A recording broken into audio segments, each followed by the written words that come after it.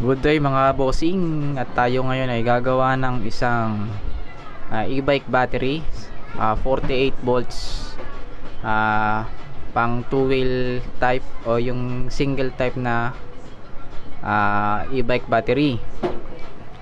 Ngayon ang gagamitin natin ay Lifepo4 battery 32650 na kadalasan ito ay ginagamit sa mga solar power energy or sa ating kung sa mga naka solar base or naka solar panel. Ang battery madalas ay 32650. Maraming klaseng Lifepo4 battery, pero ang gagamitin natin itong 32650 type Lifepo4 battery na ang bawat isang cell ay mayroong 3.2 volts. Para ma-comply natin ang ating 48 volts, kailangan natin ng 16 pieces na Lifepo4 battery. Tabing wire, nagkamali ako ng order kasi kadalasan dapat yung may butas. Ang na-order ko yung no holes tabing wire, pero okay lang yan. At BMS. So battery management system para equal yung distribution ng charging ng voltage sa bawat cell, para hindi rin mag-overcharge ang ating mga Lifepo4 batteries.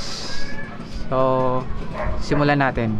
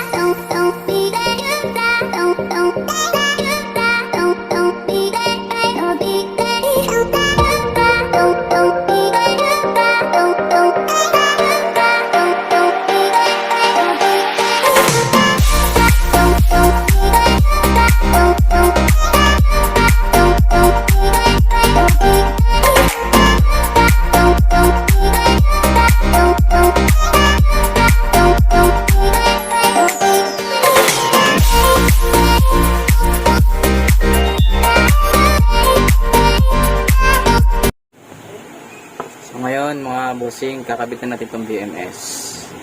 So ipa-flash ko sa screen ang schematic diagram ng connection ng BMS.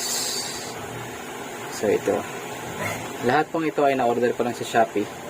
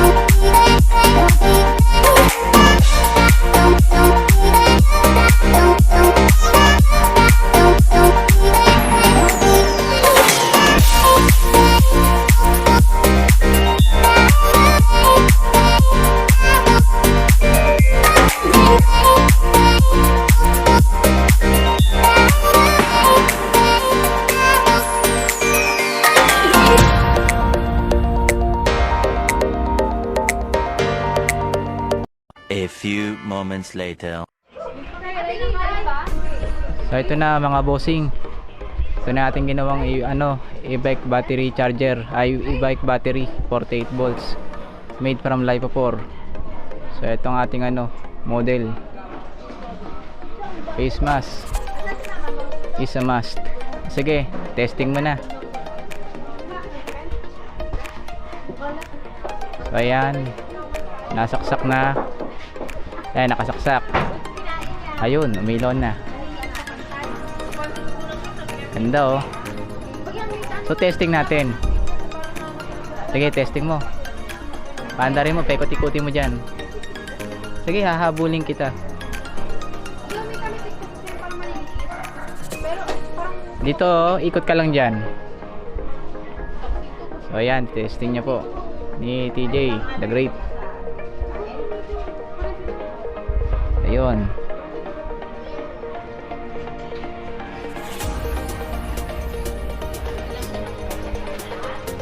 Malakas.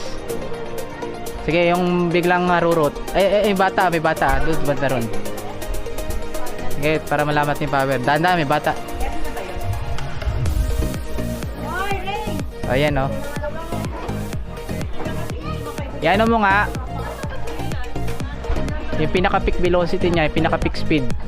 Pinaka-matuli. Oh, sige, angle na tayo diyan sa sige.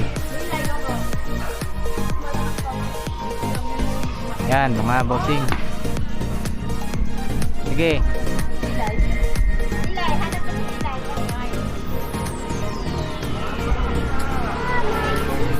Ayun, malayo na.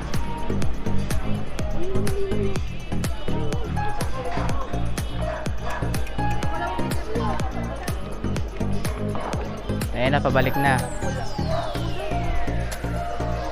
Sige, ikot ka. Ayun oh.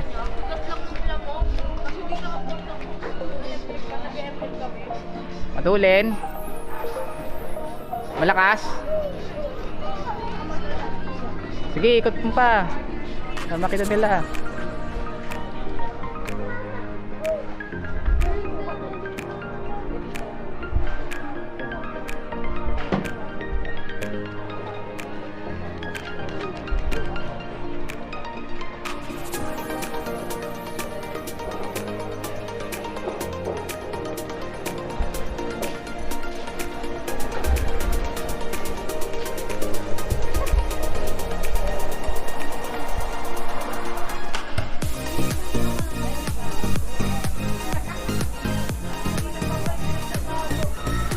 So ayan, nakikita nyo, parang normal lang. Ayan. Sige, ikot pa, ikot para matesting natin.